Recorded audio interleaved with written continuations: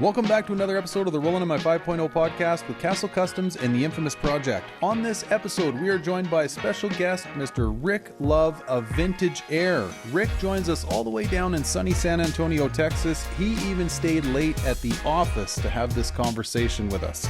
Rick discusses everything Vintage Air from start or inception to now, including why they developed the Foxbody Gen 5 SureFit kit, and on that note, he shares a little piece of information that I don't think anybody knows yet that is coming out for your Foxbody. So stay tuned, enjoy. Thanks, folks.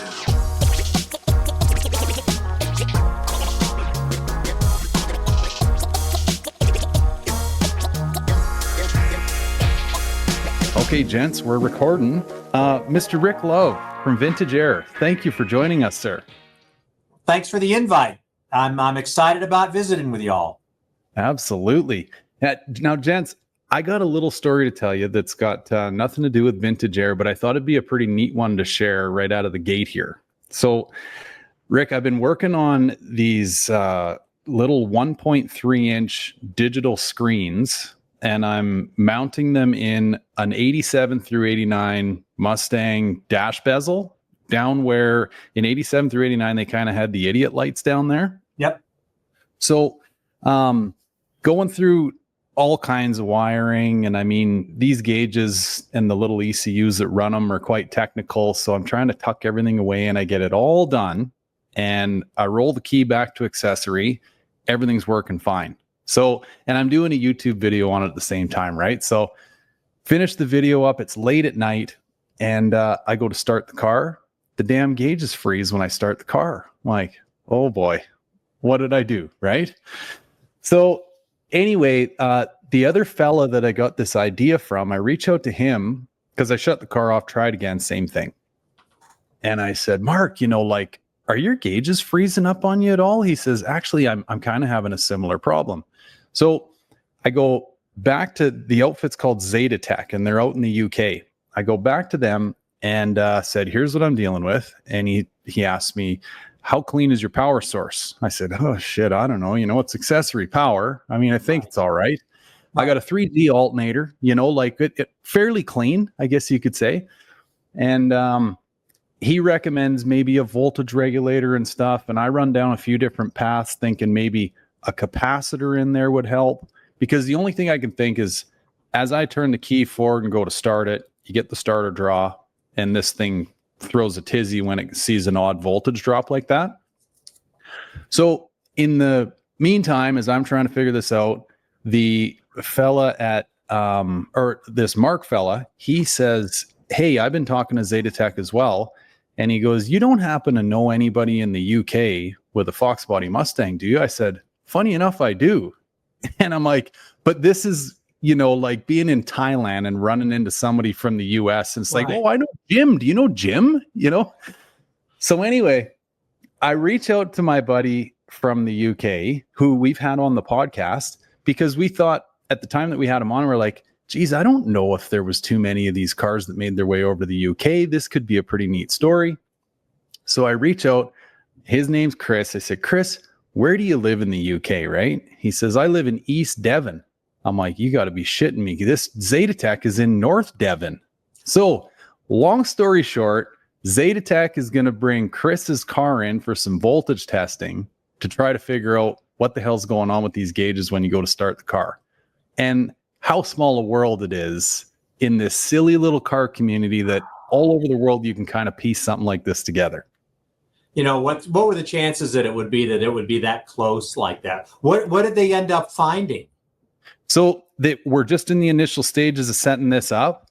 And in true car guy format, Chris has kind of got his car in pieces. He's like, but I can get it running. He says, don't worry, right? I'll get it over to him. But yeah, so he's going to bring it over. They're going to put a set of gauges in it and run some voltage tests on it and see if they can figure out just what the hell it is. And yeah, he, lo and behold, is like 50 miles from this outfit. Yeah. So you must have wired where you have voltage like all the time, like not just on accessory, but you have voltage through the cranking sequence as well then, right? Yeah. Have you tried doing it where it's just on accessory and not through the cranking sequence? No. Just the ignition on, just the on terminal. Yeah. But okay, so where would I even get that kind of power from that wouldn't have? So on the key switch, there ought to be a terminal on the key switch that has just ignition power. Yeah, I want to say you're on you said black with green or red with green? Black with green, yeah, which is right out of the ignition switch. Yeah, so I think the yellows are ignition only, which means that they go dead when the key is forward. And then that will remove that weird layer of that draw that's probably making the gauges go wonky. And I've seen this a lot with like the Holley screens, right? Like some people have them wired through the crank sequence and they'll end up resetting themselves because of like weird shit that's going on. So some people will default back, and I've actually seen it. I've tried to keep it so that the screen's on, and like some Fox bodies, it's like hit and miss. And I don't know if it's a Holley thing or a Foxbody thing. I'm going to lean towards it's a Foxbody thing, where ultimately you end up putting it so it's just like accessory. The screen turns on, so actually during the cranking part, the screen's black, and then it will boot itself up as soon as the key comes off that start position and comes back to the on without like this weird flickering and everything else that happens as a result. So I'd maybe try that out. Right. Huh. Okay, well now I got a secondary option other than I've never really messed around with like soldering in capacitors and all this stuff, right? But I thought, well, maybe this would be an interesting little adventure. But yeah, this would be another option, I guess. Anyway, enough about that. That out, Chris. That's right. I mean, that you wouldn't be getting that. That's interesting. Which Holley on like the Terminator or Dominator or on a sniper kit? So more specific, the big, what is it? The 13-inch screen. Yeah. So, right, like the actual ECMs, like the Terminators, they work and do everything that they will. Obviously, the car will fire up, but those screens, I feel like, are a little finicky, and they just run off that little CAN bus, signal wire, right? So there's not much there really feeding, that signal. And during the crank, I feel like that's what's kind of making some of those screens have a weird reaction. Now, it could just be, like I said, it could be an anomaly, but I've done 3. And only 1 out of the 3, I could get the screen to like stay lit through the cranking position. The other 2, they reboot themselves. Wow. That's interesting. Yeah. Yeah. We got to think, right? Like the grounds aren't necessarily the best in these cars. And, I was telling Gary too, just even with autometer gauges, I shared the illumination 12 volts with the power, or no, the grounds of the illumination bulb with the grounds for the gauge themselves. And by sharing the same grounding point, you would think that there's no issue, but it would peg all the gauges. Yeah. And then as soon as you literally move that ground for the illumination 1 inch down the metal body, everything's fine. Which to me, and I'm like sort of an electronic-y kind of guy, and I'm like, those electrons are all still touching one another. They're still moving through that metal. Why does it matter if they're here or they're there? I don't know. Electricity is an interesting animal. Yeah, it is. And, grounds have become so much more important with electronics as we go, on that. I mean, as we morphed years ago from analog systems, analog electronics, where you're doing everything 5 volts and everything like that, to an ECU controlled systems like all of ours are now. When you're dealing with milliamps of current, that ground path becomes so much more important. I mean, even relying on a chassis or something to ground the battery, to your chassis in the back of the car and then pick up that ground at the front of the car. That chassis that steel is not as good a conductor as the cable itself. So, all of these places, and we get this way with our people too. We want you to run our grounds to a really good ground. That your battery cable's coming to that, that your engine ground's coming to that you're coming to that common ground point with the battery. And that has become so much more important as electronics has become much more prevalent in these cars. Well, like you say too, Rick, like the digital nature of things and milliamps, like, you know, pound for pound, now you're talking like closer goalposts that these things like to operate within, right? And it'll just throw this digital stuff into a fit. Yeah, it's amazing, and we learned that, and it is amazing how much different. You know, if you're running several amps through something, if you lose 10% of your conductivity, then that's still not too big a deal. But if you're running a thousand million, a thousandth of an amp, that's a whole lot of difference. Totally. Yeah. Well, that's a good transition, Rick. I am really dying to hear more of the vintage air story. And from what I gather, you've kind of been around since the beginning days of it all, have you not? Well, I don't know if I can say from the complete beginning. Our founder started Vintage Air in 1976. So next year will be our 50th anniversary. So it's been around for quite some time. Jack was a hot rodder and just recognized the need living here in San Antonio of old cars needing cool air if people were going to drive them. And his, initially he started off with hot rods with pre-48s because that's what a lot of people were driving then. And in the aftermarket, in the hot rod industry and the hot rod hobby. And then, through the years, things changed and changed dramatically, but even when you figure in 1976 what a 40-year-old car was, and now what's a 40-year-old car at this point?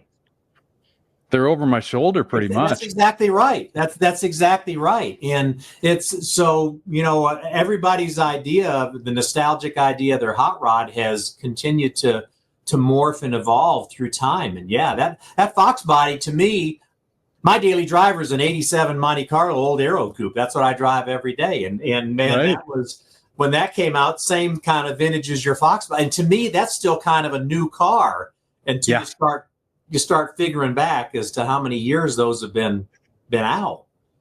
I say this all the time. Like, I still think of things in the mid to late 90s as being new. Right. Like, you hear somebody's got a 99 whatever, I go, oh yeah, and I'm going, oh, Jesus, Murphy, it's 26 years ago. Like, or both GM and Ford, when they talk about their OBS body styles on their pickups, right? When we first started getting into anything, and a guy told me about an OBS truck, I didn't know what an OBS was, and the guy, Chevrolet, that's an 88 to 96.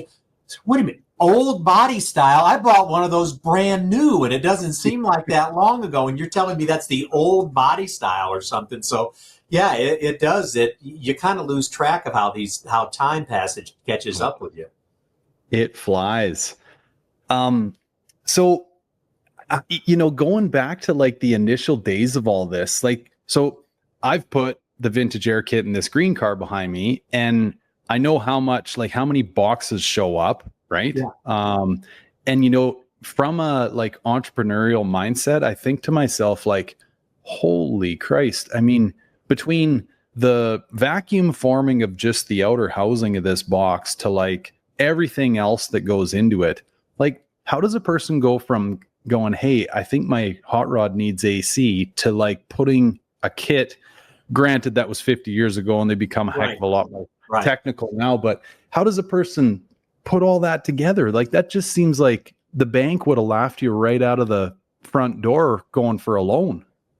It certainly was an evolution through time. And we started out with, an underdash unit, those old knee knocker units that was modified to, fit in different cars, to where we started doing our own molds. I met Jack in 1982. I had a little shop and I was doing AC installs and car wiring, and it was kind of a niche, and met him and got to be good friends with him and started doing more work with him and development work and R&D work. And then I started doing some road shows with him. And I came to work here full time in 98. So I've been here quite a few years as well.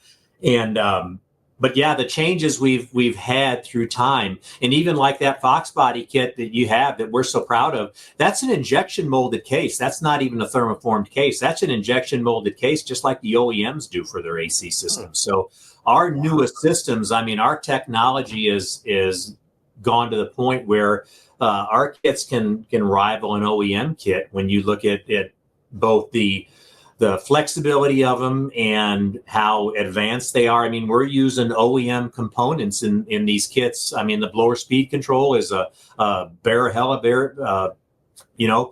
blower speed control. That's an OEM blower speed control that we're using for that. So we're using OEM level parts with these kits that you're installing in these vehicles now. Right. Okay. So, and is that stuff all in-house for you guys, or I mean, are you farming out like the vacuum forming end of it? You know what I mean? Like when you start thinking about a business putting something as intricate as this together, it either takes a whole bloody community or you're all in and you've got 50,000 square feet of shop. And you about hit it on the head there. We're at about 60,000 square feet, and we're very, very vertically integrated here. We do our own thermoforming. We do our own molds for the thermoforms. We have our own machine shop where we both machine molds and machine parts that we use. Any of the tube and fin coils we make in-house, and we start off with a roll of copper, and we start off with sheets of aluminum that you make the fins out of, and all of that's done in-house. And again, like I said, all the thermoforming, a lot of the electronics we do in-house. So yeah, we do. When people come to our facility and get a tour, a lot of them are blown away at how much we actually do. We do our own powder coating in-house. We've got a laser cutter for a CNC laser that we do all our brackets from both, from right down to 16 gauge right up to 1/4 inch steel, and then CNC press brakes and all of that. So yeah, we take a lot of pride in doing it. We've got 160 employees, and we take a lot of pride in everything that we do in-house. All of our development is done in-house. We have our own R&D here, where we can 3D rapid print parts and molds and things while we're developing them, and all of that. And it's all done by CAD now, and we can scan a dash and scan a firewall and do that in. So our product development has changed hugely through the years as we've modernized with the times. All right, I have to ask, who's in charge of the actual climate control design for the Foxbody? As far as the control panel itself? Yeah, like the look and feel, because I feel like there's a lot of people, and I get it, it's sort of like modernizing things, and we talked about this on last week's pod because I'm on the fence. I literally have everything that's OEM component related, like the heater box and all those things for my 18,000 mile notch. And it's, do I want to go that route or do I want to do the vintage air? And then part of me was like trying to justify that new look and feel, where just the feedback that I've got, people are like, the knobs are too small. Like, especially if you're like comparing against an 87 through 89 where the dials were massive, right? And then 90, 93, they calm down a little bit. But yeah, like what goes into something like that that's like in your face? Because like you don't see the stuff behind. Right. And as long as you don't see it, it's out of sight, out of mind. But that is something that is definitive. Is that a statement from Vintage Air to be like, anybody who sees it knows it's Vintage Air, so it's almost like promotion? Or was it something like bringing modernization into the vehicle? That's an interesting question, and actually, it's a little bit of both, and it's also, we tried to bring some of the newer technology in. It's interesting that you say that about the control panel, because we've actually had that question before, and I will share that we have under development now a new control panel for the Fox bodies that is going to be more of the OEM design, larger knobs. That's going to be more of that, and so the Fox was a completely new platform for us when we did it, and so we're learning as we go some of this as well. So we tried to do something. The switches you talk about are really, interestingly, they're very similar to what we used on the 04 Ford GT when we did the climate control for the first Ford GT and the second one actually, but so we kind of mimic that look on there, and it was kind of a modernization to a certain extent, and some of it also was using some parts that we already had. So you've got some sharing of parts there, which is always to consider with manufacturability, you know, and especially when you're introducing a complete new platform, when you don't know how people are going to react to it and what the sales are going to be and all of that. So you've always got to balance in your development. You've always got to balance the number of unique parts versus what you think the payback's going to be on that, you know, on that development. And that's just the absolute truth on it. You've got to have some balance. Boy, you'd love to be able to do 100 one-off parts for each vehicle that you're doing. But the harsh reality is when you figure tooling cost and all of that for anything, man, all of a sudden that air conditioning kit gets extremely expensive because you got to pay tooling and amortize it over a small number of parts. So you try to balance that out, get a look that you'll like, and also something that we can share parts across different platforms to try to keep the pricing in a reasonable level. No, that makes sense, because I just put a kit in a 74 F100 that I Godzilla swapped, and it's kind of like that under dash mounted, like very small, but like looking at that and looking at the Foxbody one, I'm like, well, the dials actually look like they're the same distance, and it's all the same behind, so it's probably, like you were saying, you know, you don't want to just go and redevelop a whole bunch of new stuff, especially if you don't know how it's going to work. So it's just kind of, you know, using what you got, putting a different face on it, you know, so obviously it fills the void of the area, and going from there. But I also, you know, through our 49 years here, I think one of the things that I am most proud of at Vintage Air is that, you know, we're hot rodders ourselves. We've all got old cars here and everything, and we pay attention to what our customer base says and what kind of feedback you get from the field as you do these. And our kits through the years have changed, and like I said, the development has changed. So, you know, you want to pay attention to that. So like I shared, we're in the process of developing a control panel, and that's, you know, we've had a lot of good feedback on the kit.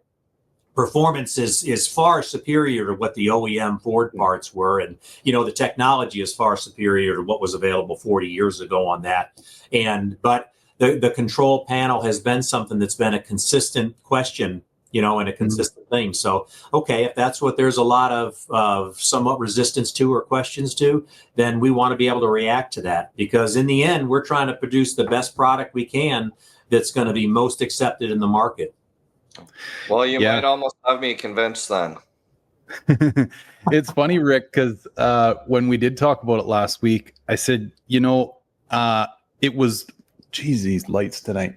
It was one of the things that I had a little bit of a hang up with, and especially knowing Vintage Air like I do, right? I've put them in old pickups, I've put them in Trans Ams, and Vintage Air to me was always that, like, bang on, here's the OEM plus version of a heater control. And then this Foxbody one came out, and I went, oh, geez, right? This is all different. Now, getting the explanation, I kind of assumed that's where you guys were coming from. But it's funny, like Chris said, you know, because that's such a in-your-face area of the Foxbody Mustang, and everybody just knows what that's like, I think it does shift people's opinion quite quickly. And you think, of all the bonuses, like you said, this thing will part your hair from the back seat, you know, like that Spall fan moves air. I mean, the list goes on and on, the digital nature of everything. But, you know, that one thing that you see from Vintage Air is like probably a lot of people's hang up. It's wild. Yeah. And again, you're not the first that's brought it up. So we're going to take care of that. And, you know, we internally, you know, that those knobs have a through the knob lighting through them and everything, which is a cool way of doing it and all that. You know, so us, it's pretty cool. Figured that it would be, because it's so accepted in other places in the market. You know, and you've both done pickups before, and, you know, we utilize the factory controls whenever we can and modify the factory controls, because you can always go to a different control panel. But with those Fox bodies, with a lot of these later model ones, they were vacuum operated controls, and there's just not a good way to convert that vacuum over to an electronic control. And so at that point, you've got to do a new control panel. So, but that we are working, and that's going to be something that's before long here. And I would say within the next few months, that's going to be an issue that's going to be solved. Very cool. All right. Well, and I can say from the install perspective too, I mean, that control unit, even if you do maybe have one of the original units and you want to get this other one, quick and easy swap. Oh yeah, it'll be an easy swap out. It'll plug in the same way that one does and everything else. It'll be an easy swap out at that point. Yeah. Well, while we're on this Foxbody unit, Rick, I'm curious as to how the thinking went for running all the vent tubes and stuff. So, and I've put these in other vehicles too, so I was familiar with like running the hoses and everything, but I thought to myself, and especially now after hearing like the vacuum form abilities that you guys have and stuff, like, is there maybe not a better way of sort of integrating the heater box in like a solid plastic format versus like running all the hoses and stuff? It's the problem you run into trying to thermoform that is that with the hoses, you've got some flexibility around different components, different choices for gauges, different choices for a radio, different choices from that. When the OEMs can and actually blow mold those hard ducts, which is some pretty expensive technology, but at that point they know exactly what's going to be in every car in the same place on every car. Every car is going to have that same gauge pack. All of that stuff's going to be in the same place. They're going to have the same radio in the same place. And it allows you to hard tool a lot more of those things. Our experience through the years has been, now the next guy wants to put in one of those new radios and all of that, the DIN radio and everything in that position. Or you go to, Dakota Digital, several others are making replacement gauge panels now for the Foxbody. And they're a little bit different, the amount of room they take and all of that. The good thing about the flexible duct hose is it gives you some flexibility to account for different things like that. And, our SureFit kits years ago, we tried to make them for a completely stock vehicle. If you had that vehicle completely stock, all of this worked in a certain way. Well, then, the next thing you run into, guys are swapping out motors, and now all of a sudden they're messing with the firewall a little bit here, or they're, like I said, they're changing a radio, or they're changing this a little bit and changing that. So to have the best opportunity to have good coverage through all of that without having to have multiple different parts, that's where that came into play. It can be a little frustrating to deal with at some point, but that's the best way to have the most amount of flexibility for different choices in other parts.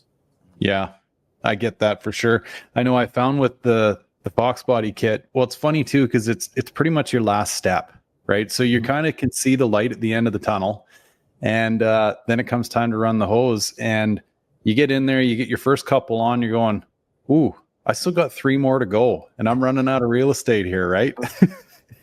And and the other side of it too is, you get it was 1 or 2 long chunks, and you cut them length. Well, being the first go around with one of these cars, you want to leave as much room as possible. Everybody's cut stuff too short before, right? Right. And that starts running you into problems too, which, whatever, this is just for those that are interested, you know what I mean? And the first thing, but really interestingly, to kind of segue to that a little bit, the later model vehicles are such a different animal. I'm saying later model, I'm talking 70s, 80s, and even some 90s with the OBSs and everything. But when you talk about the older vehicles, 50s, even into the 60s and everything, the dash was, integral into the car in a lot of places, and then you added the parts to it as the car went down the assembly line. And, you could drop a heater out of it. You could drop all of that out of the car without doing as much. Man, when production techniques on the line changed, that changed in the late 70s, early 80s across all manufacturers. They didn't even call it a dash anymore. It's an instrument panel or an IP in OEM lingo, and basically they loaded the entire IP out of the vehicle. the gauges went in it, the AC went in it, they went in all that. You know, you had the plug for the wires to the firewall, and you had hard lines off the AC, and a big old articulated arm came down the assembly line, slid that into the vehicle, and you plopped it in. Right. And that worked well. I mean, it cut down assembly time. I mean, it was a big step in that direction. But now you get to the point where you're wanting to pull any of that apart to make some changes or anything else. And man, you got to reverse that, or you got to, as you know, with that, you have to pull the entire instrument panel out of that, basically because of the way it was built initially. And it makes for a little bit bigger job than a lot of the older cars were. Oh, I can only imagine. And it's all plastic on top of that. Yeah. Yeah, it's true. Yeah. And they don't always like to fit back the way that the factory threw them all in there either. 40 years later, but you compare that to the pickups that you've worked on, and it's a completely different animal. Yeah. Very true. Rick, what was the inner kind of boardroom meeting like when you guys decided to build a kit for these cars? You know, we've been talking about it for years, and I think one of the benefits we have in this industry is when you start dealing with other companies, you know, the Dakota Digitals, the Classic Instruments, the guys like that. You know, we talk all the time. Hey, what are you seeing more questions about? What are guys asking about? What are more popular? And you know, that old thing about the chicken and the egg comes up again. Okay, what car is interesting? Can you not restore this car because there's no parts available? If you start making parts available, will these cars be restored, or are parts not being made because the cars aren't going to be that popular? So it's always that question as to, okay, because, you know, development is an expensive process when you get the cars in to do it. So we talked about it for several years, and then talked to several of our distributors, and, you know, there's a lot of the Mustang parts distributors that we kind of try to stay in touch with and see what they're hearing. Are they having requests for these and everything else? And it finally got to the point where we thought that's something we really wanted to get into. Man, there's nothing cooler than a Foxbody. I mean, they you know, and I thought it was interesting this year. I don't know if you all just saw, but did you see, I think just last week I was reading something that Ford's going to do some trim options on the new Mustang next year that are going to kind of pay homage to the old Foxbody. Did you see that? Some different colors and looks and all of that and everything. And I thought that was pretty interesting that Ford was doing that now. Yeah. It's so true. We talk about it a lot. And I mean, Chris and I, these were kind of our first cars, right? We're in our mid 40s, and we were right in the thick of things when these things were out, and they were our high school hot rods essentially. Yeah.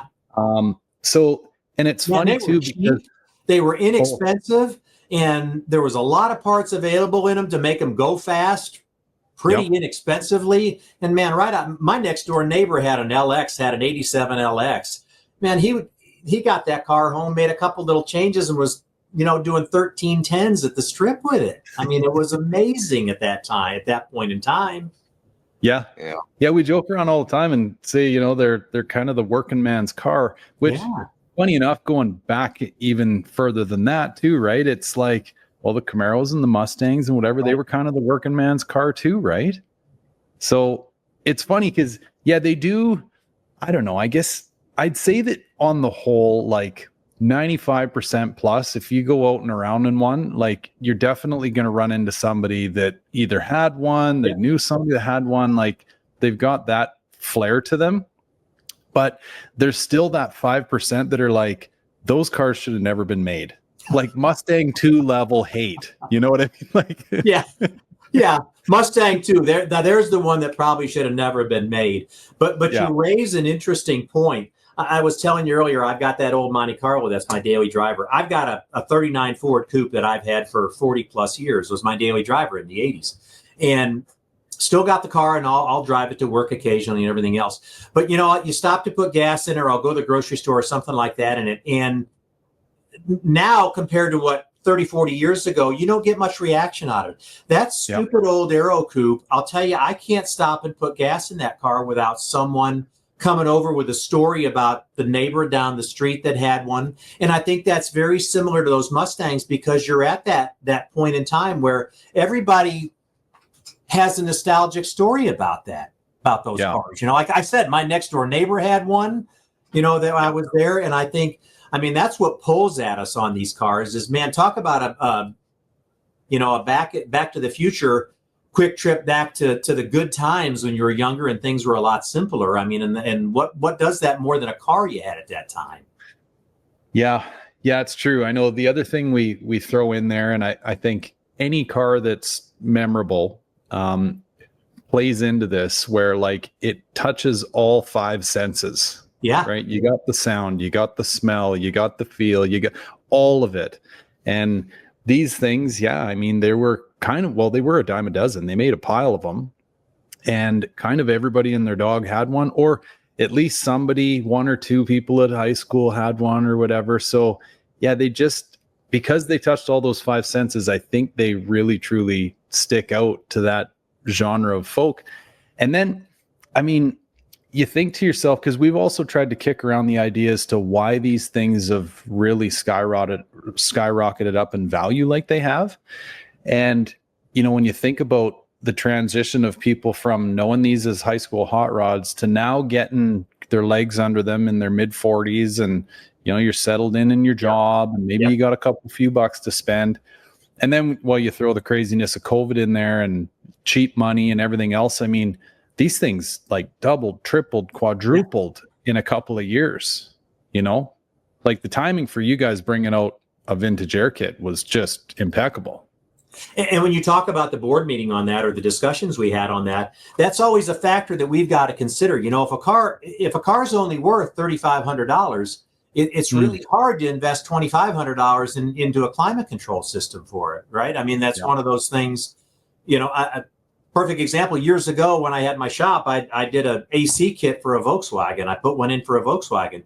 Man, by the time you bought the kit and the amount of hours it took to do that installation, man, that was a $2,000 installation back then on a car that wasn't worth $4,000, except for that guy.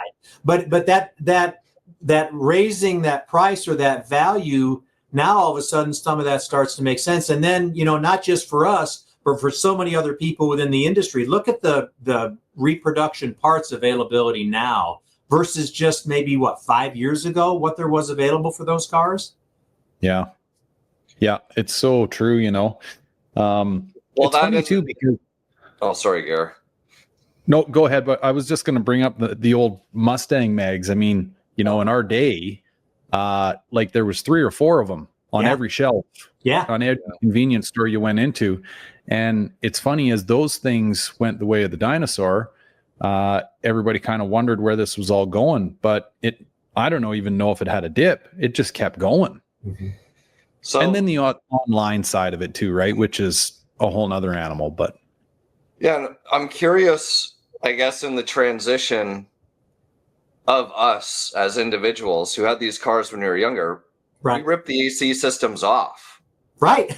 That's exactly right. You know what I mean? Like they went in the trash because it was like, let's get rid of weight. Let's not spin an extra pulley. Like, who cares? We're resilient. It doesn't matter. We don't need AC.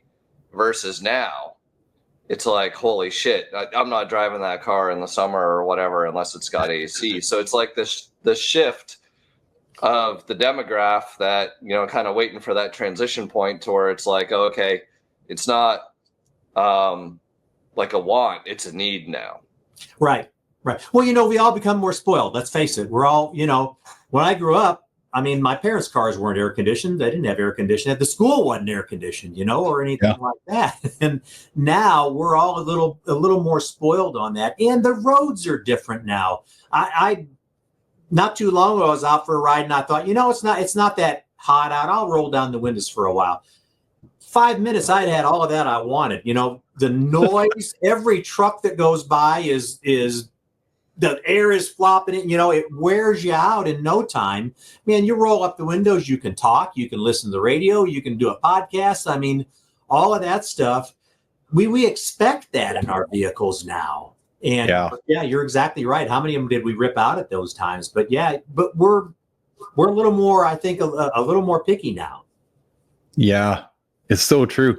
That one really makes me laugh because I don't know if I've ever seen like hard dyno numbers on any of that intel, but I mean, when you think about the convenience of some cold air blowing on you when it's smoking hot out, I don't think it matters. No. It's so much easier to make horsepower now too than it was years ago too. I mean, to run an AC compressor, it's 3 to 5 horsepower.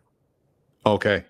So you got average 3 to 5 horsepower, on that. And if you really need that 3 to 5 horsepower for those few minutes, you can turn that switch off, and that's not. Now it's an idler pulley at that point. So Yeah, send it into free spool. Oh, right. It's so true. Hey, as long as you had the the March Ram Air Kit, you were still ahead of the game. That's right. That's right. Yeah, make it up somewhere else. Yeah. Well, the other thing too is, and this kind of goes back to that COVID craze, and I mean, pretty much anything recreational was just, you couldn't get, from hot rods to RVs to you name it.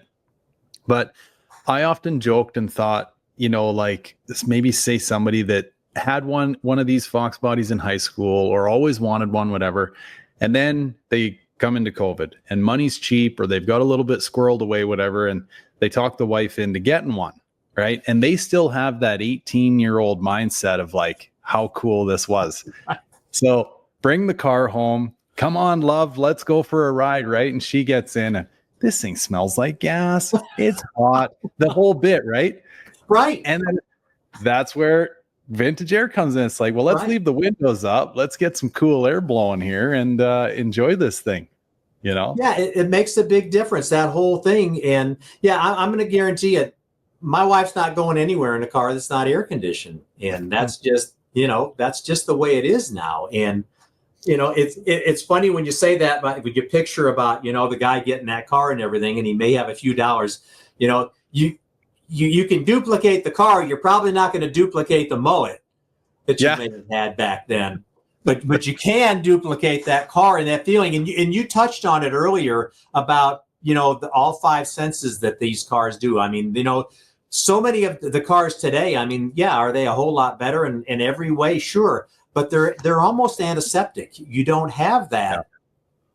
You just don't have that smell, that noise, that and you get into that Fox body, the size of that car is, I mean, you kind of wear that car. It's not, and compared to what the new Mustangs are, how much heavier they are, how much, all of that goes along with it and everything.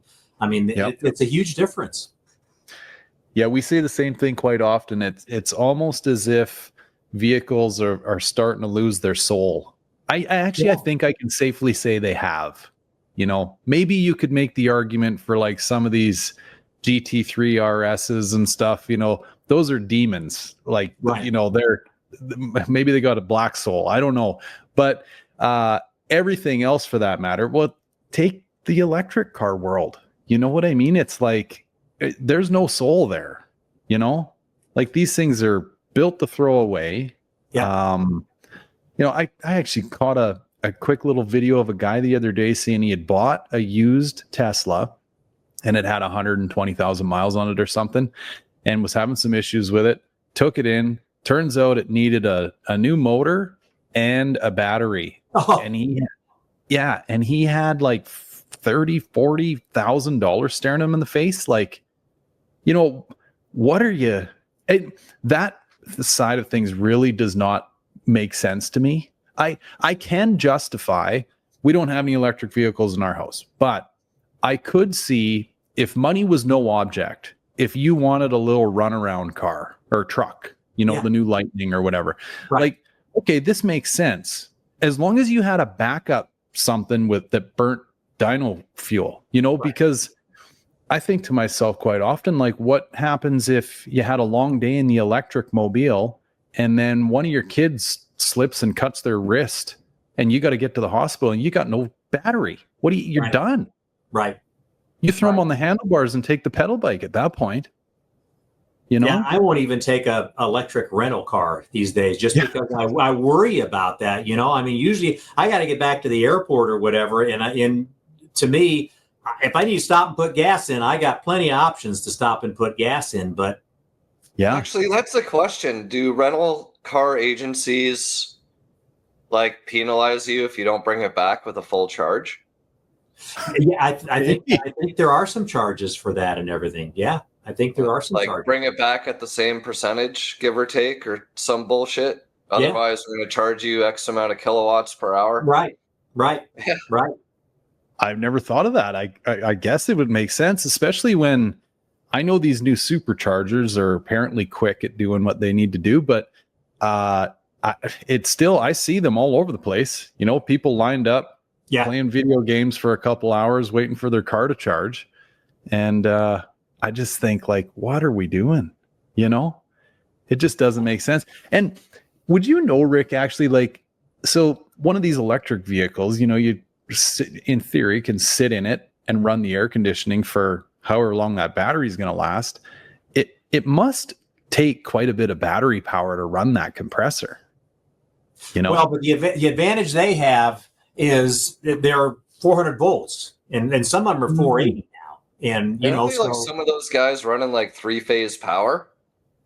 I haven't seen that. I haven't looked at it yet, but I do know, because we'll still have, you know, people wanting to run a 12-volt electric compressor. You know, they say, why can't you run a 12? And you can, but the problem you run into is Ohm's law, and you can't outwit Ohm's law. If you've got an electric car that's got 400 volts, to do the work, you've got very low current.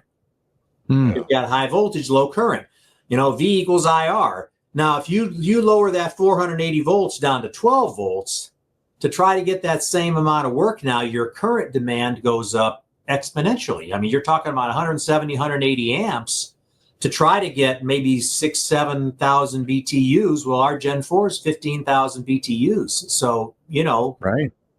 With 12 volts, that's a little harder to do. With the Teslas and the other electrics, I mean, they have an electric compressor package, but that high voltage allows them to run that and they run pretty efficiently. Okay. Interesting.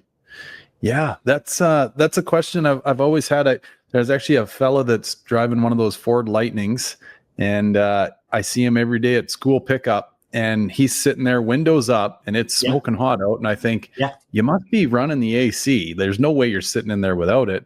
And I'm wondering, you know, are you literally watching that battery gauge drop as he sits there? Yeah, but with his high voltage, your current draw is very low on it. And that's where they can do that. That's their whole thing on that. But, you know, it's interesting you mentioned that. I just wondered if I went for a ride with a guy I know. He had a Tesla, and I mean, man, that thing was wicked fast. It really was. And we went for a ride in it. But to me, just for me, you know, Gary, you mentioned it just about soul is a great way to put it. I mean, man, we pulled out and he hit that, and I mean, that thing was a rocket. I mean, it set you back in the seat.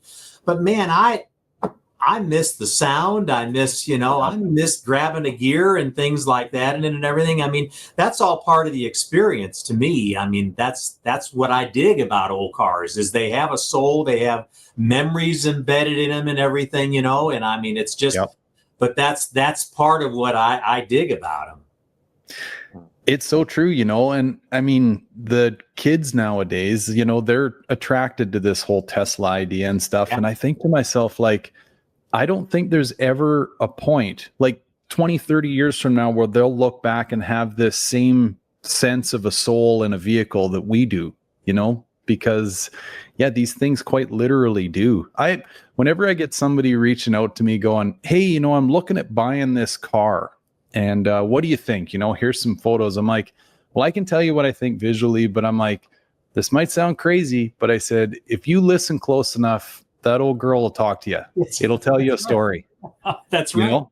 That's right. And I know it sounds nuts, but I mean, for car guys, it really, they do. You know what I mean? Like that thing will tell you if it's been rode hard and put away wet. Yep. And you know, sometimes you just feel right when you get in there, you know, but it's so amazing that to me, I can't imagine a self-driving car. I mean, I enjoy the driving experience most of the time. Now, sitting in traffic or something, sometimes maybe not, but I enjoy all of that. And man, you know, a lot of the younger people, if they could get in that car, sit in the passenger seat and be on their phone while it gets them to where they need to go, they're just fine with that. That to me, I mean, that I couldn't even imagine that.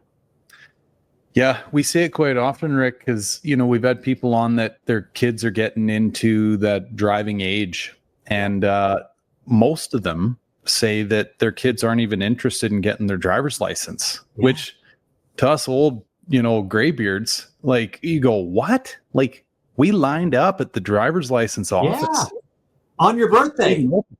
Oh yeah, like this that is was our way to get. The car guys, our local buddies. That's how we got together, man. You got in your cars, you went somewhere, you talked about how to make the car go quicker. You got together and you did that. That was your social life, and that was your socialization.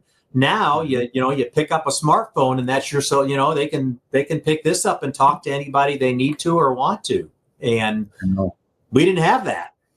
Again, right? Different word. I hate to sound like a cranky old man. I guess that's what it sounds like sometimes, but it's something that I have a hard time understanding. I've got a son that's going to be 30, and he so reminds me of a lot of our customers today. He liked old cars when he was in high school. We put together a little 56 Ford Victoria for him to drive to high school. He was about the only kid, and this was, 15 years ago. He was the only kid at his school basically that had an old car, and he's still not a mechanic. He can tinker with things and everything, but he still loves the old cars, but very few of his buddies do. There's not a lot of car culture among his group of friends. Well, shit. 30 for Chris and I, we're both 44. That's not too far behind us. I know. And I thought it was just the kind of the new age kids, right? That are maybe going this more, hey, I just want something that drives me where I'm going, So that's actually a really good, I guess, question in terms of the longevity and the business model of Vintage Air. Like, have you guys seen any trends, or are you guys like forecasting? Because it's sort of like the whole Harley scene that's dying off. Yeah.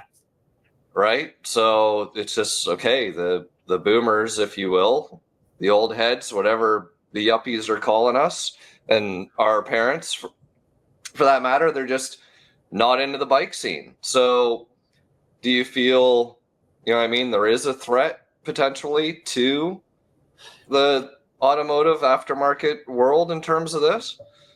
I see a change. Again, when I started doing this in the 80s and everything, that 39 was my hot rod and stuff. And in a lot of ways it still is.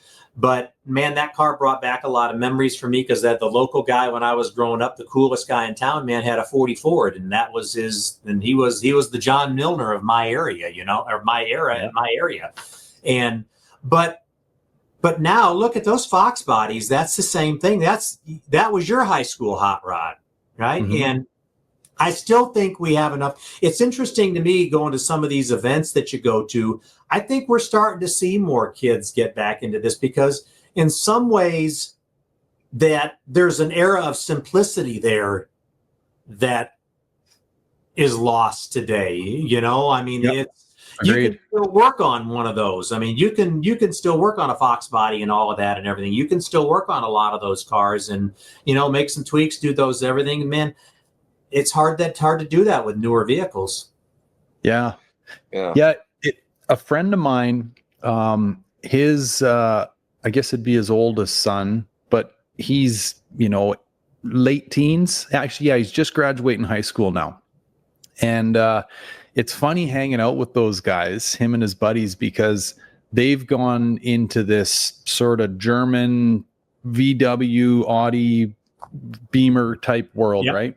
Yep. And it's an interesting hearing the conversations and trying to cross compare them to the conversations we would have had, because we were all talking about hard parts, and about the hardest part that they talk about is turbos.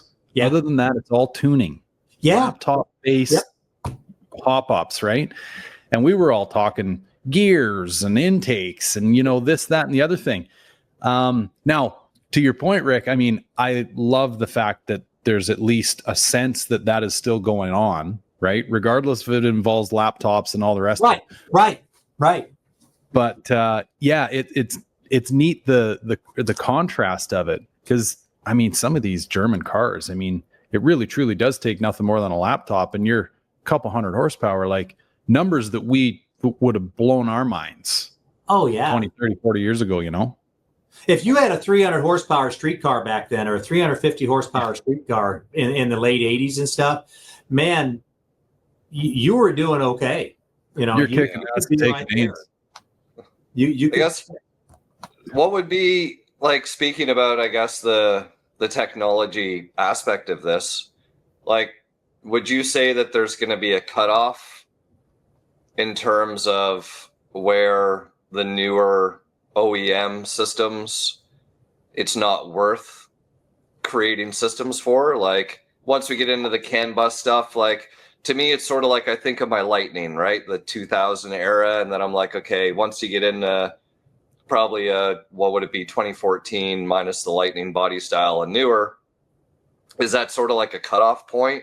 Almost like factory radios versus the aftermarket, right? Because radios got so advanced from a technological standpoint and so, I guess, decent to satisfy, you know, the general audio nut, that, you know what I mean? You just don't upgrade the radio systems anymore. Yeah. So do you guys find that there's a point in that with vintage air? Yeah, you've kind of hit, as you start getting into, you know, 2008, 9, 10, 12, 14 and stuff like that. I mean, you know, the OEM systems are pretty good, but you never know what kind of longevity they're going to have. And you don't know how the factories are going to support them, you know, or how the aftermarket's going to support them. To me, it's more of an interest on is what kind of passion levels there are going to be for those vehicles. I think if you've got a passion level for a vehicle and then it's going to be just, what can I get for this vehicle? Because I want to keep it on the road. I want to continue to drive this and everything. And then that's going to drive what the aftermarket's going to supply for them.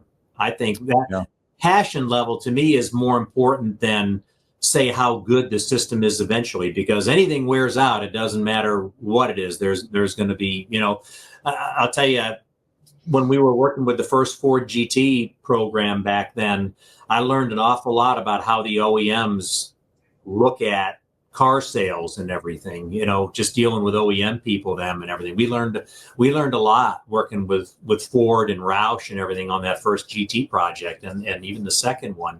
But, you know, longevity to the OEMs, I mean, they're more concerned with selling new cars, and you know, they don't want them lasting too long, because if the car lasts or truck lasts too long, then that customer's not coming back buying the new car, and you've got to constantly be rolling those people over. So there's a certain amount of hey, we don't need this to last forever, you know, it's got to last to a certain extent, right?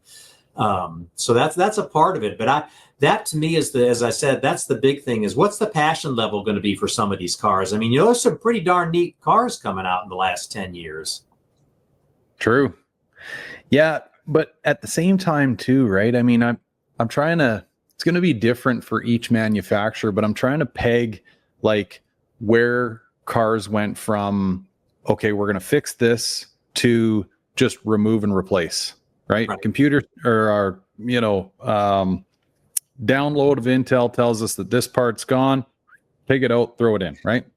And you know, that's interesting that you bring that up, because part of me actually wonders, did they know?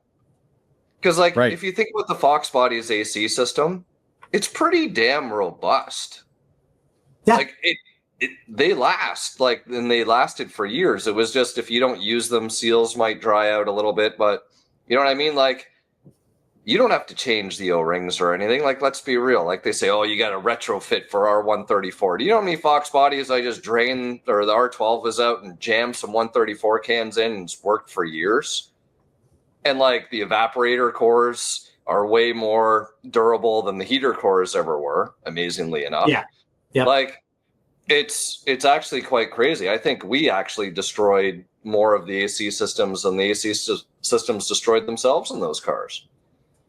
Yeah, it comes down to how you took care of it and how you treated it. Yeah, you know, I mean, that's what it came down to. I mean, some of the oils could be corrosive at the time and everything, but you know, you get down to that, I'm still not a huge proponent of retrofitting. I mean, if the system's designed to work with R12, I like to keep R12 in a system. I mean, because that's what it was designed for. Your mineral oil is there. Your, the O-rings are set.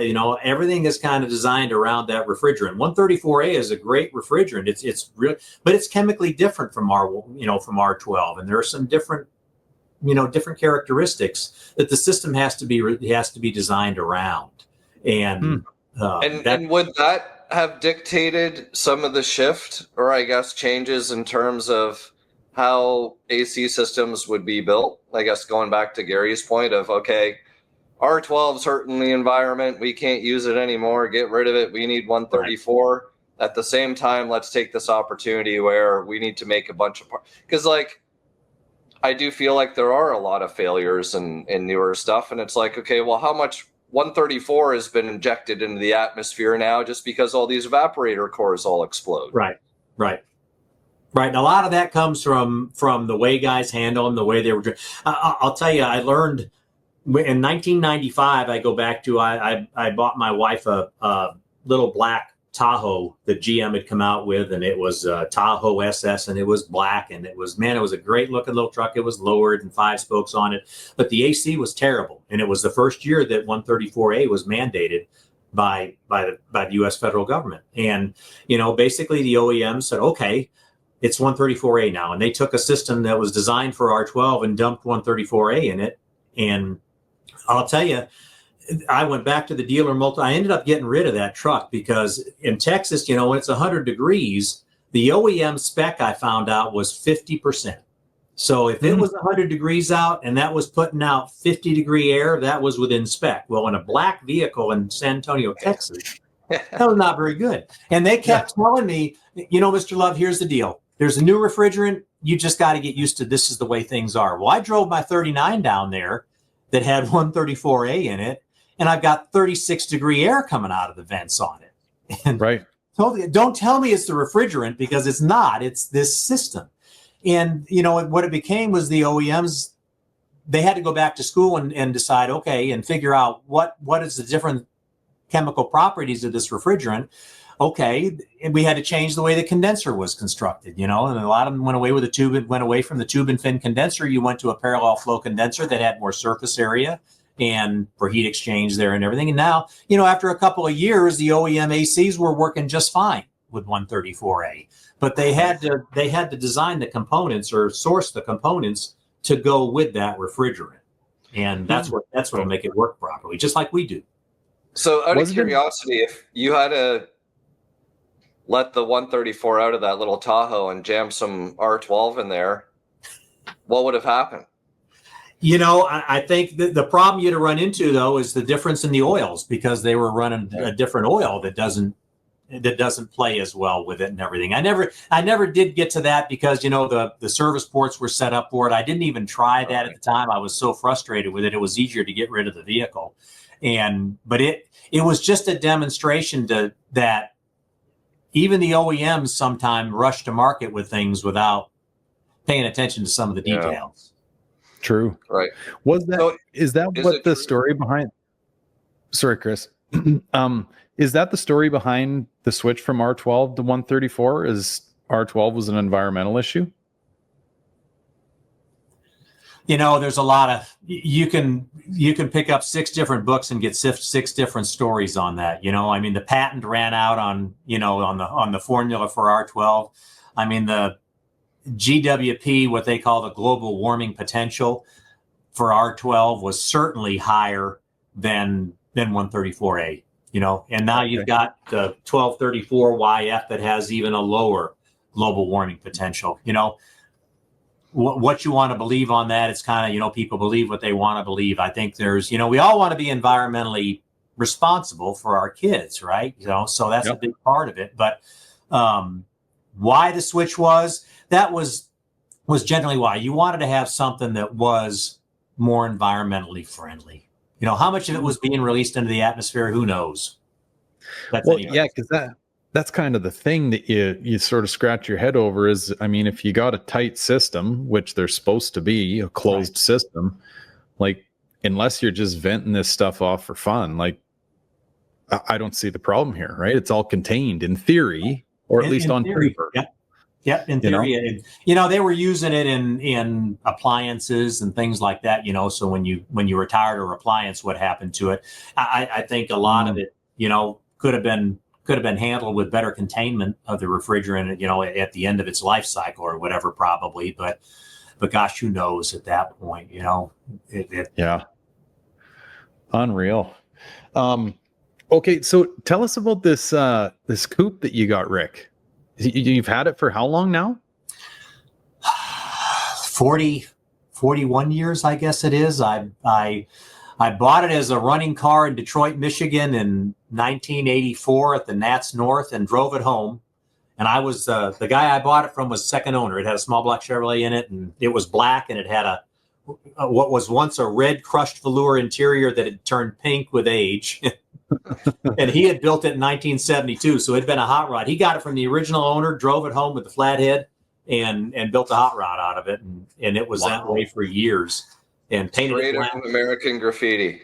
Yeah, kind of that same type of thing. And so yeah, I bought it and drove it home and drove it for a little bit, and I had a vision of a car that I wanted. The hot rod I always wanted was a 39 Deluxe Coupe for a long time, and I painted it a bright blue with some flames and proceeded to drive the wheels off it from coast to coast and go to a lot of events. Like I said, I drove it every day, and it was a good. I ended up. It was just over 200,000 miles in 2014. So I guess I'd had it 20 years at that point, and we had gone on our road tour out to the Father's Day Roadster Show in Los Angeles, and on the way home, the motor started going away. And like I said, it just turned over 200,000 miles.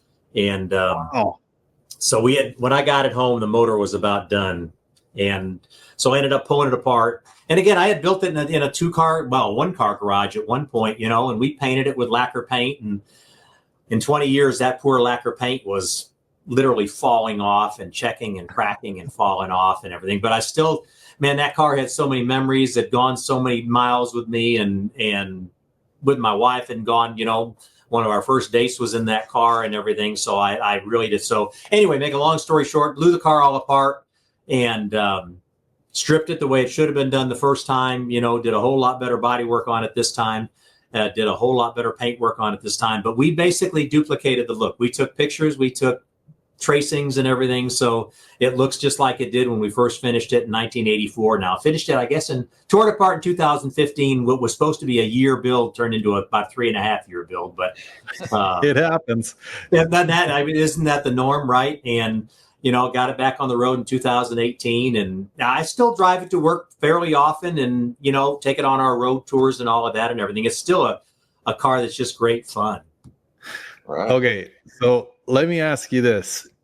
How much money would it take to peel that car out of your hands? I don't. That's one of those. They say there's no such thing as not for sale, but that would have to be a discussion with my son, because that's something I've promised to him, or at least someone that I feel like would. And my son's got a 2-car garage, and the funny thing is his 56 Ford won't even fit in his garage. It's too long a car to fit in his garage. So that's at my house too. But so who knows what will happen to it. Somebody will end up with it someday, but I don't see it going away anytime soon. Like I said, every time I get in that car, and the cool thing to me is we built that car the way you used to, like y'all do. Friends were involved, man. One guy did this, one guy did that, one guy. And I get in that car, and a couple of the guys that I did things with on that car aren't with us anymore. Oh yeah. But I still have a piece of them and I think back to how hardly we laughed when we did this, or, how this story, or, when this guy broke down when we were on the road or something like that, chasing parts in this car or something like that, and those, you hit on it so early in the conversation, Gary, about the senses and everything, man. All those memories become crystal clear just behind the wheel of that car. I can see it like it was yesterday, even though it may have been 15, 20 years ago or 25 years ago.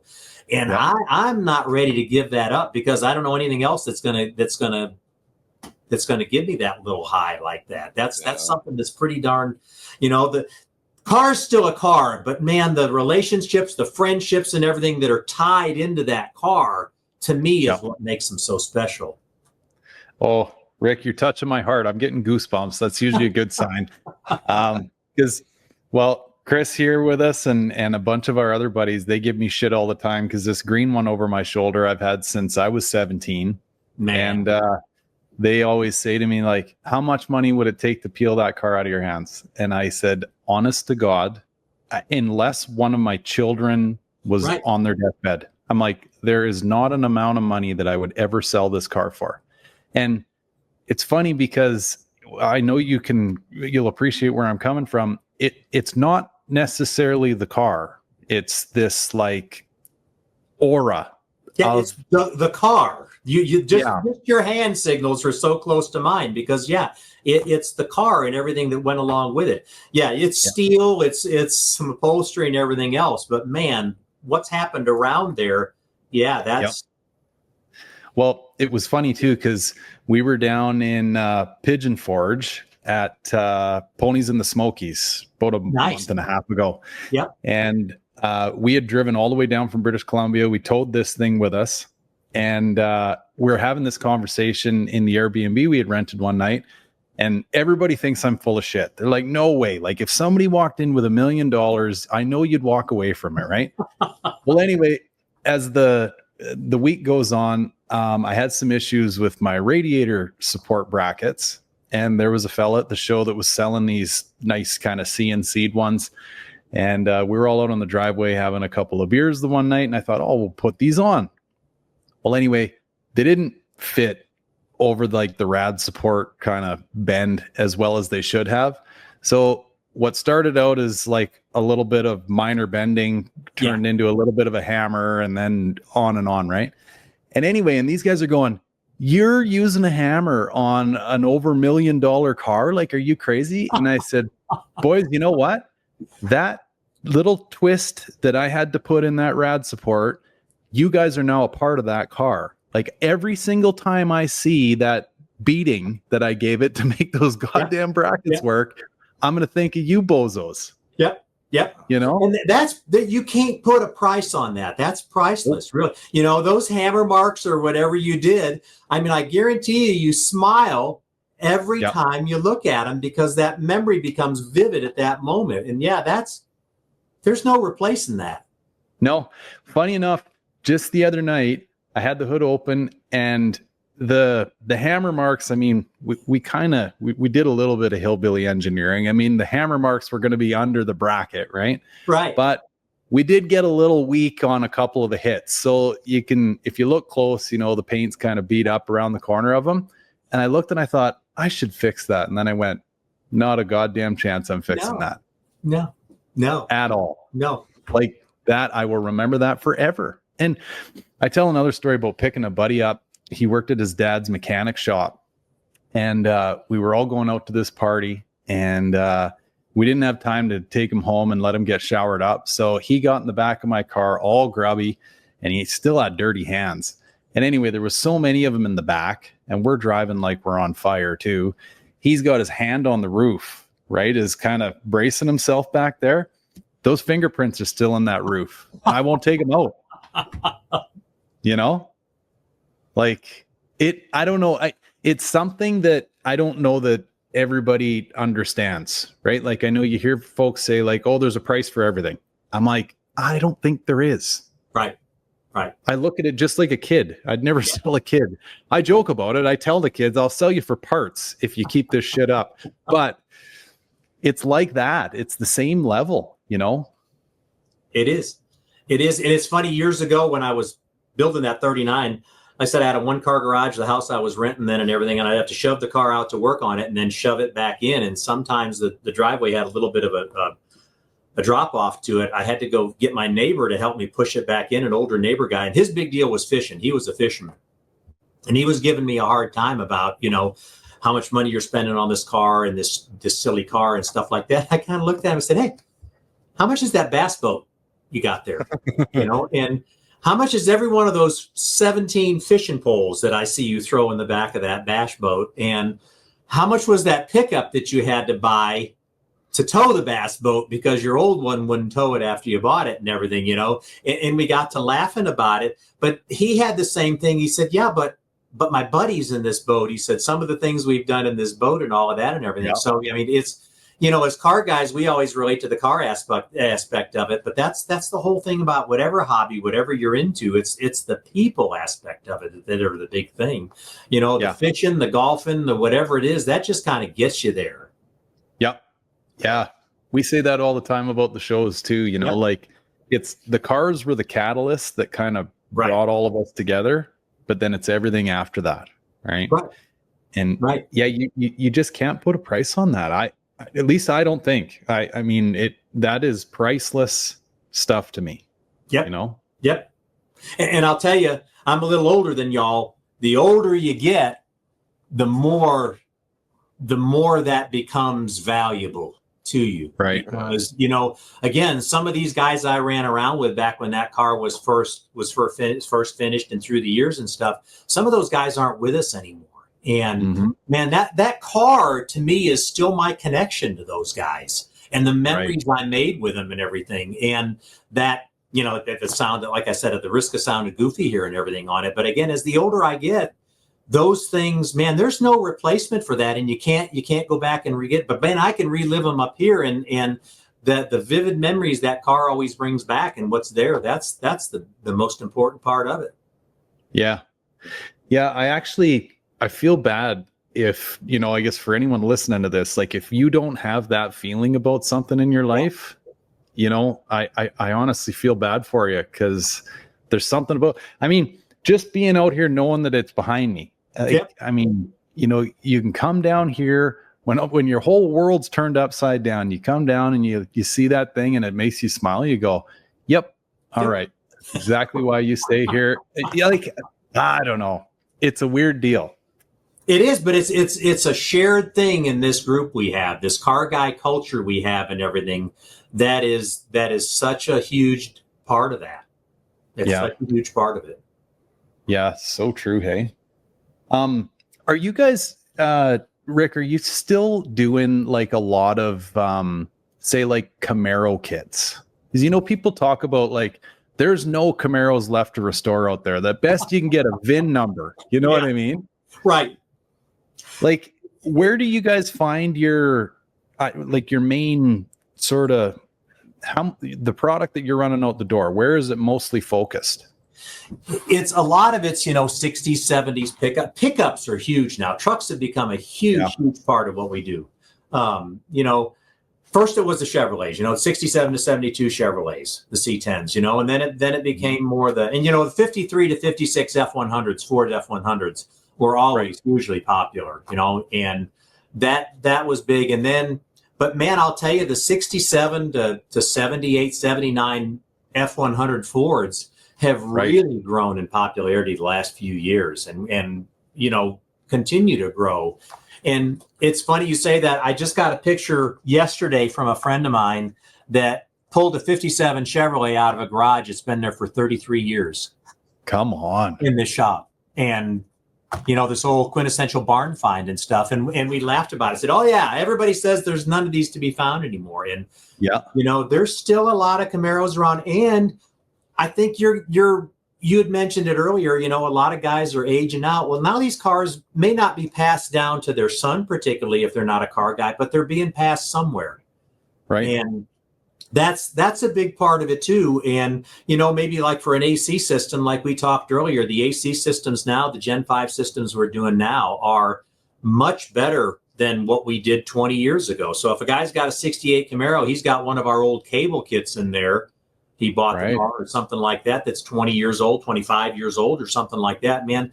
Okay, now I'm going to be upgrading this car. You know, it may have had drum brakes when the guy built it 25 years ago, but now I'm going to put a nice set of Willwood brakes on it or Bear brakes or something like that, you know, and I'm going to upgrade the AC system because my later model car has a system that's got a variable speed blower. It's got a variable blend. It's got temperature blend and everything that's much better than what this older system had, just like these brakes are so much better or the steering's so much better now. So there's still, I mean, you know, we do still sell a ton of first gen Camaro stuff, you know, second gen Camaro stuff is still popular.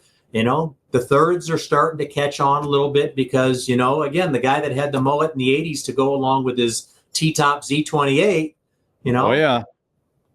You knew some of those guys, right? With your Mustangs, you had those guys with the IROC Z's and the T-tops around there and everything. And oh yeah. Yep, the old Mississippi mud flap haircut. Totally. Yeah, exactly. Exactly.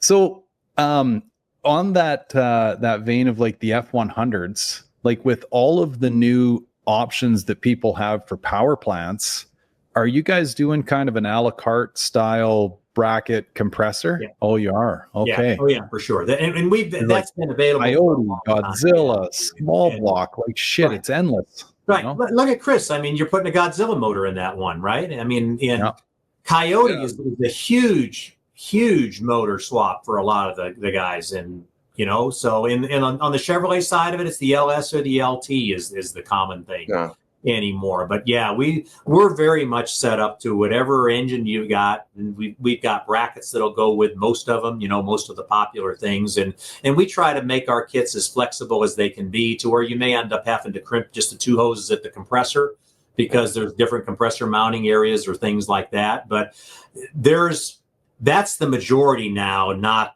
the minority. I would say probably 65 to 70% of the systems that we sell, it's not the original motor in the vehicle anymore. Even if it's an upgraded small block Ford or something like that than the original. But you know, the chances that the original motor survive in all these years is pretty slim. Right.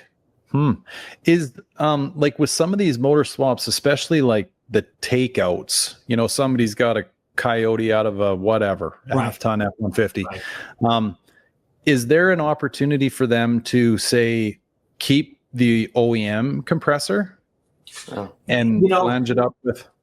In some cases, yes. The answer to that is yes. But even if you're going to retain an OEM compressor, I'm a big proponent of putting a new one on. Right. Yeah. You know, you're putting a new AC system in the car. The last thing you want is to have it contaminated or ruined because the compressor you've got on this takeout, unless it's a new motor or a real low mileage motor or something like that, you know, for a few $100, why not start with everything in your system brand new and reduce the chances of having a part failure or something like that ruins a whole system. So yeah, there's some motors like a Coyote is one. You know, you can use the OEM compressor on that. Now, they're available. And again, if it's a low mileage one, that's the thing. But if it's one you've pulled out of a car that's been crashed or wrecked or something like that, right? You know. Yeah. And the other thing too would be like some of these newer, like for instance, my understanding is, Rick, correct me if I'm wrong. So I get factory Godzilla takeouts. You know, delivery miles on them. Those are the packages that I've been selling, but they've been coming out of the E-Series platform, which has a traditional pressure switch activation, which makes things quite simple, where my understanding is the F-Series has a pulse modulated ECM signal, which isn't going to play nice with the vintage air unit. So from an electronic perspective, you don't always have that luxury. But like, so Gary, I retain the factory Godzilla AC compressor, and as Rick said, I just had 2 custom lines built, and then the pressure switch is the pressure switch. You wire that in like you would with the Samsung AC compressors that you guys have. Yeah, with the sand and things. Yeah. And that makes for a nice package. Yeah. No, absolutely. Because then, like, you know, if you do have an issue later on down the road, you're just like, E4 2022 E450, I need an AC compressor. Then you don't have like this mix of, you know what I mean, things from a drive belt or accessory standpoint. Yeah. So that's definitely, and you know, like the 5.0 motors and the Fox bodies and stuff, you know, most of them, I mean, we've got an adapter bracket that bolts right onto that OEM drive system and puts a sand and compressor in that position, and that's a pretty inexpensive way. In fact, you could get a sand-in with our adapter bracket cheaper than you're going to replace the OEM compressor. All of that. Right. But then in the other cases like that Godzilla you've got where it makes sense to use the OEM compressor, with some of the other, like a GM or some of them, that they're a variable displacement or something, then you've got some issues because you've got to be able to control that. Down the road, our next generation of electronics is going to have some of those things, and that's what we're aiming for in the future. I mean, again, the great thing about hot rodding is you're always wanting to make your car better, and there's so many ways to do that. Just like brushless fans. To me, I'm so sold on a brushless fan in a hot rod now and everything. I mean, that's such a huge improvement over what just an old brushed fan used to be. And that's more people are incorporating those. And man, I think that's one of that brushless fan technology now being available in the aftermarket is one of the biggest things that's happened in our industry in quite some time as far as drivability of your vehicle.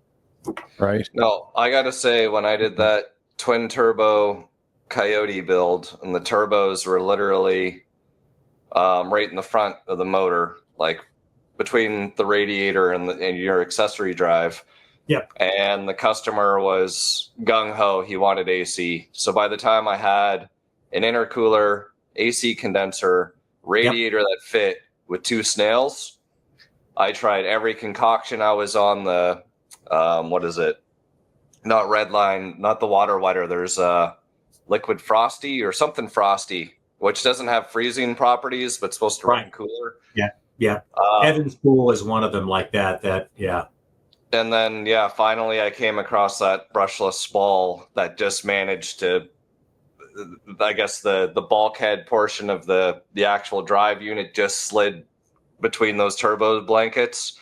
And that was the only thing that kept that car cool. And it did without an issue versus trying every single contour fans weren't going to do it. All these other fans that claim 3,500 CFM, blah, blah, blah. Like that must be like during optimal conditions going downhill with like hurricane winds coming at you, But yeah, no, you're absolutely right. Those brushless fan technology is unreal. It really is. And the variable speed on it is it comes down to, it's so much easier to keep a vehicle maintained at a temperature than it is to let it get overheated and then try to bring it down.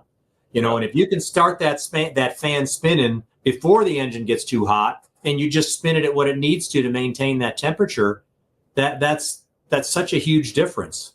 Yeah. So going back to those compressors, Rick, if somebody wanted their Foxbody engine bay to look like not a dealer installed AC, I guess is probably the best analogy.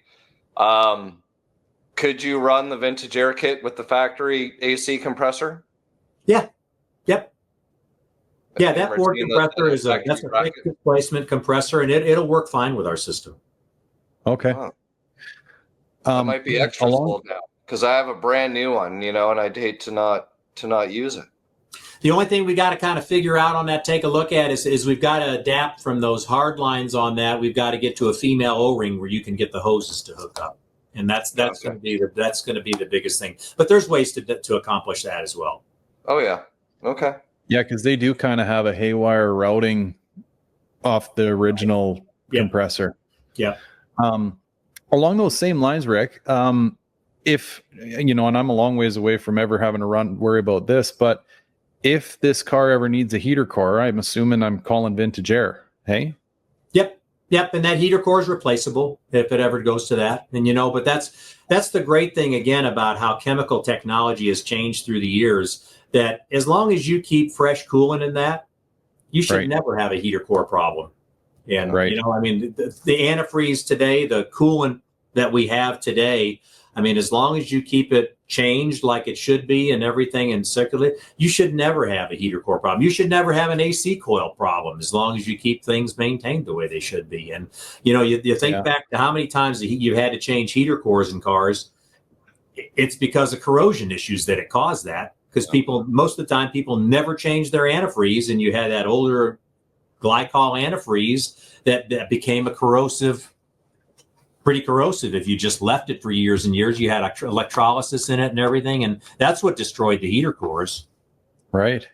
Well, and then there's also that digital valve right? That doesn't allow coolant Yep. to run through the heater core. Right. Like, I think about that, and then you combine that with, say, well, crazy to think that these cars are now kind of hot rod status where you don't put a whole lot of miles on them, right? And or cycle that coolant very much because you typically just drive them in the warmer weather, right?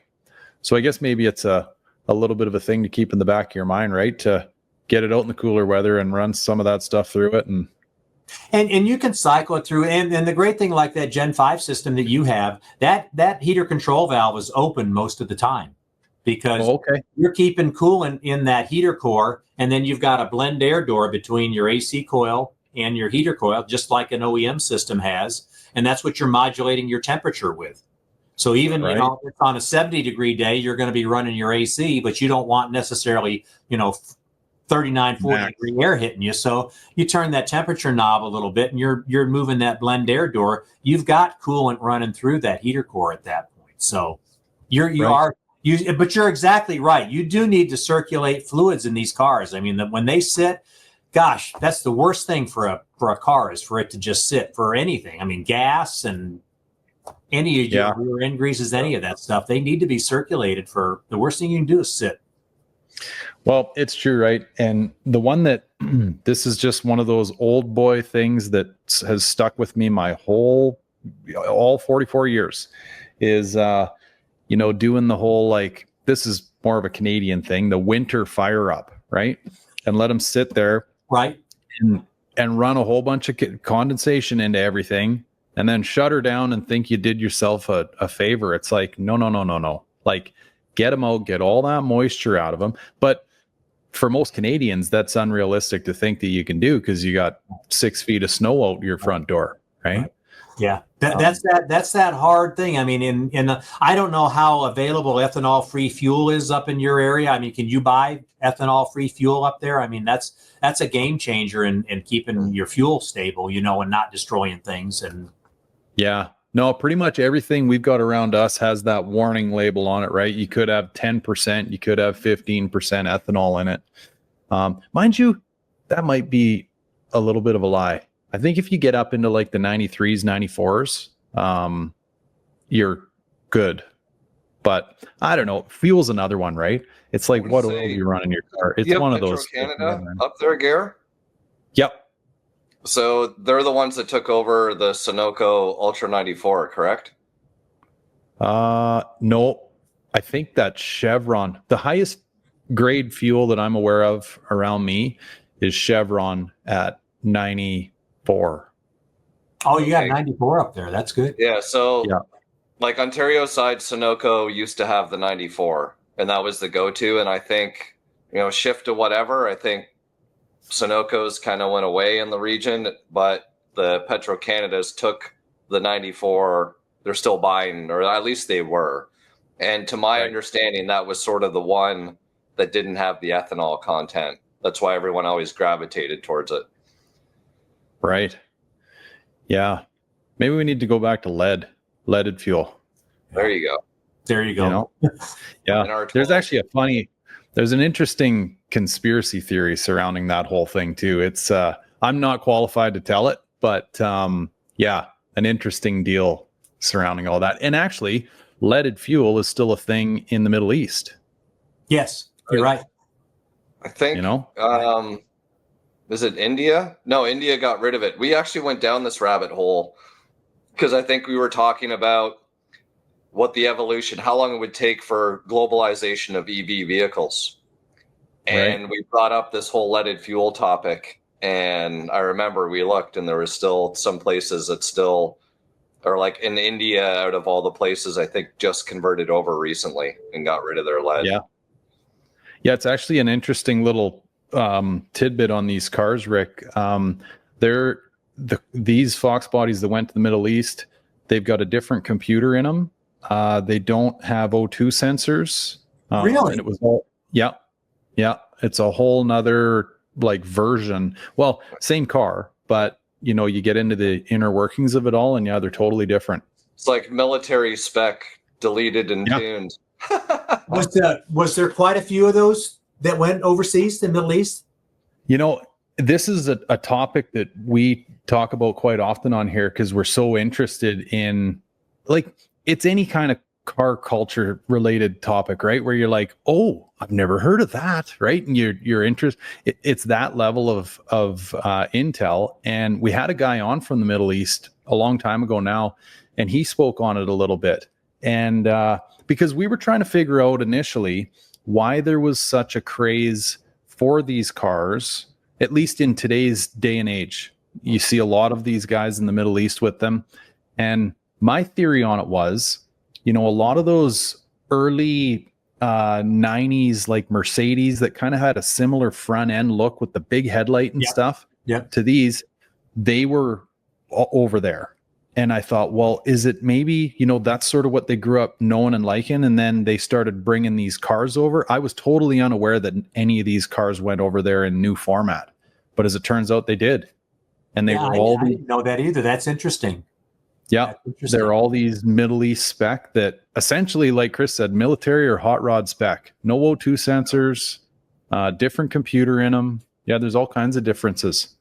I want to say he did. Yeah, it has to be a different computer without an O2 sensor. I mean, that's where you dial in the fuel injection and everything, right? So you'd have to have a completely different computer without that. Yeah. So, and I want to say he did send me a picture of like the Middle Eastern compliance label that had Arabic on it, which like I had never seen. And that's what I wanted to be like, okay, if they really did, then, because I actually have a Middle Eastern BMW that I've brought into North America. So it's got all the Arabic and stuff, and like the passenger side mirror, objects and mirror closer than they appear is all in Arabic. And so I'm like, man, I want to see that shit on a Foxbody. Yeah, that would be cool. That would be cool. Yeah. So yeah, no, it's very, very interesting. And I think to answer the question, I don't think very many went, but I think like they were trending, and like the Middle Eastern, they like to follow trends, and like they have like this, I'm going to one up you all the time, because it's almost more of a status thing than I guess an enthusiast. Like they're enthusiasts, but the status comes with it. So it's always like, how can I outdo the next guy? So, you know, and we've heard of it, you know, like tuners that get flown over there, or the vehicles that get shipped to the US temporarily, and then they end up going back over. Shit, I remember, and it's all a money thing. Like I remember when the Raptors first came out, and there was a group of guys from the Middle East that had like crazy builds. And this is when the Raptor was a 5.4.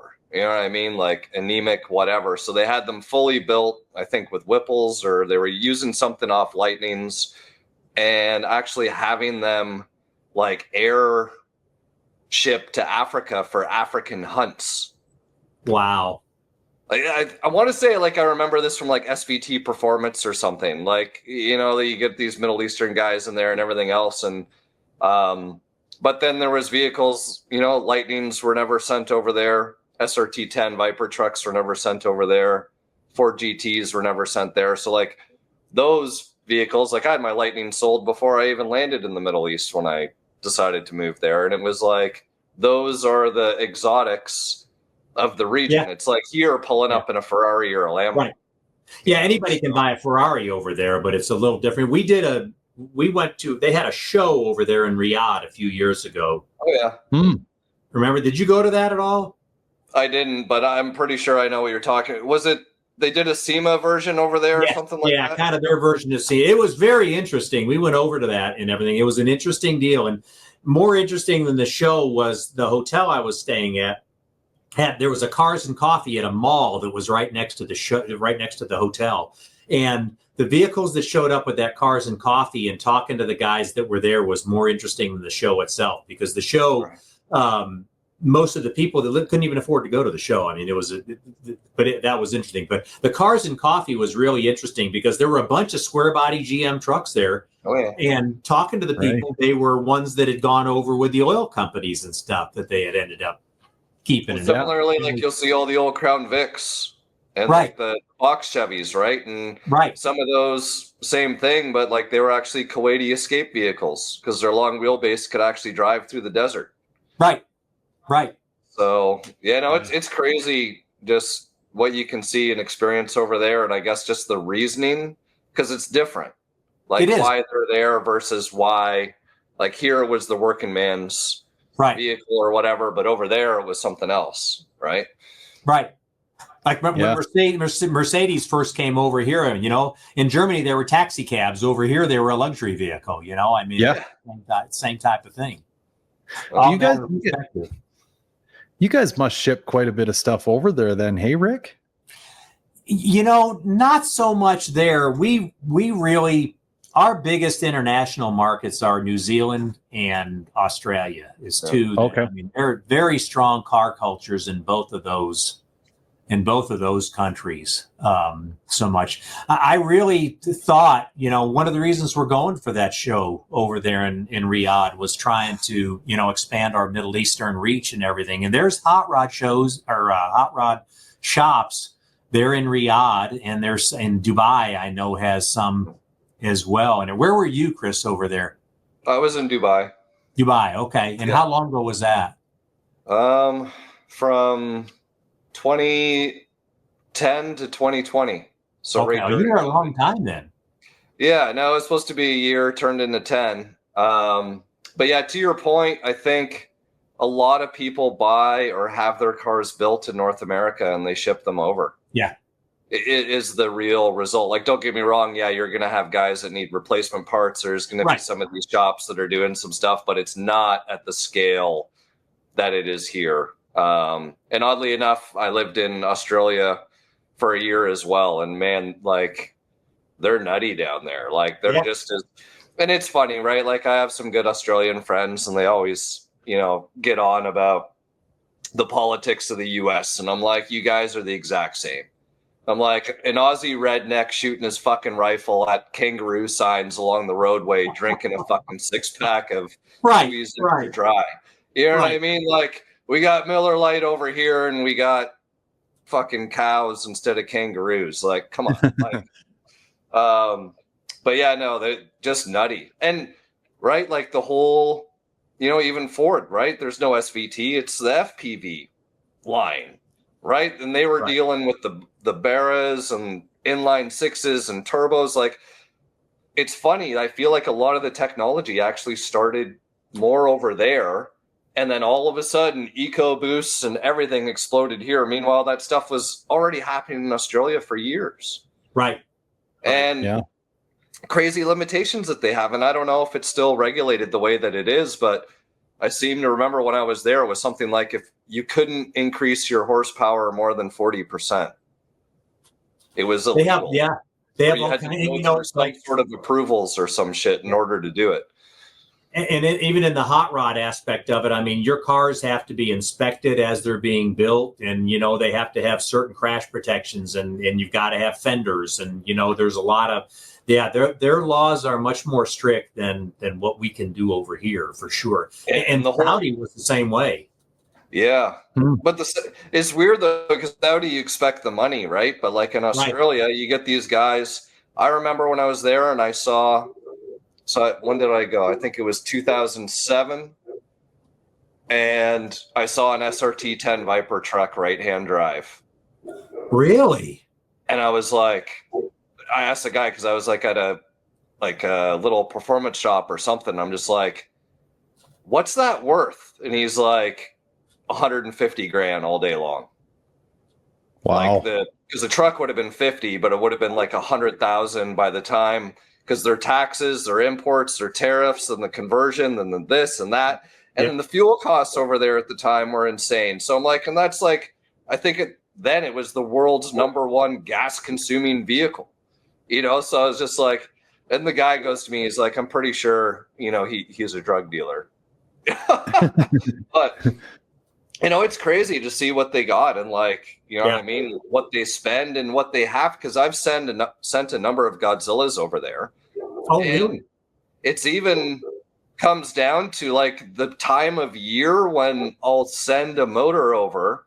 They have this crazy, like an insect, because they're big on bugs and the environment and everything else. So if you ship during a certain season, you got to pay this extra like $400 crate fumigation charge so that none of these insects can possibly get imported into the country through the, and it's got to be a special type of wood that you create the motors in. Exactly. Yep. And all these compliance things. And let me tell you, like, I saw the bills that those guys needed to pay because a customs broker sent them to me instead of to the consignees.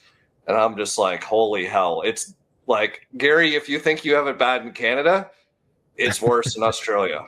Oh yeah, any of those countries, New Zealand too, and then you factor in the exchange rate of 40%. You lose 40% on the exchange in addition to all that. So yeah, it's those guys are diehards, man. They're really passionate with that.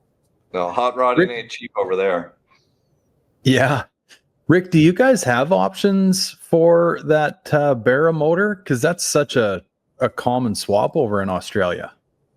For which one? That inline 6 Barra motor, that Ford Barra motor? No, we don't. But actually, we have a couple of distributors there that do their own brackets. Oh, for them. And shops there and stuff do them. So it became, it didn't make sense for us because we discussed that actually, but it didn't make sense for us to build brackets and then have to ship them over there when, there's no market here at all for it. So for them, there's no reason for them to pay freight and duties and everything else when they can make the brackets over there. True. Yeah. Because that, at least if I've got the correct impression, that Barra motor, I mean, it's the LS of Australia. Yeah. It goes in everything. Yeah, they do. They put it in a lot of stuff over there. Yeah. And make silly power with them. Like rip your face off, crazy power.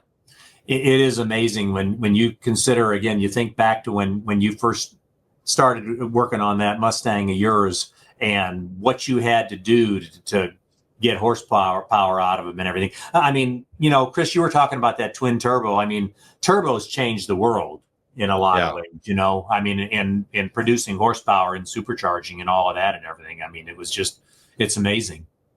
It is. Yeah. Well, a lot of it came down to the electronics and the tuning too, right? Yeah. Because look at the old, 80 Trans Am was a 5.0 turbo car that, had the 3 little stage lights underneath the hood there.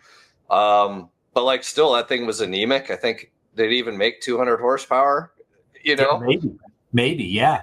And the lag and everything else. Like, I'm actually curious to know more about like the evolution of the turbo and like who got it right. Like, was it the Europeans that figured it out? Was it the diesel guys that figured it out? Like, and just kind of that whole evolution. Because I'm ignorant to it. Like, I've never been a huge turbo guy. I've always liked, my superchargers and the on demand because I never liked the whole idea of lag and everything else, but like that's all gone away. Oh yeah. You drive a turbo vehicle now. There's no lag at all in them. I mean, no, it's instant. Yeah. Pretty wild. Rick, listen, I don't want to keep you out past dinner time. I think we probably already ruined that that point. Your wife's going to be worried about you if we don't let you go pretty quick. Well, I've enjoyed the conversation very much, guys. Well, thanks for coming on. And enjoyed your input. And so I kind of let the cat out of the bag, but we are addressing the control panel issue. That'll be addressable pretty quick. Well, all right. Rick, I might have to reach out to you because I think you've overcome all my objections.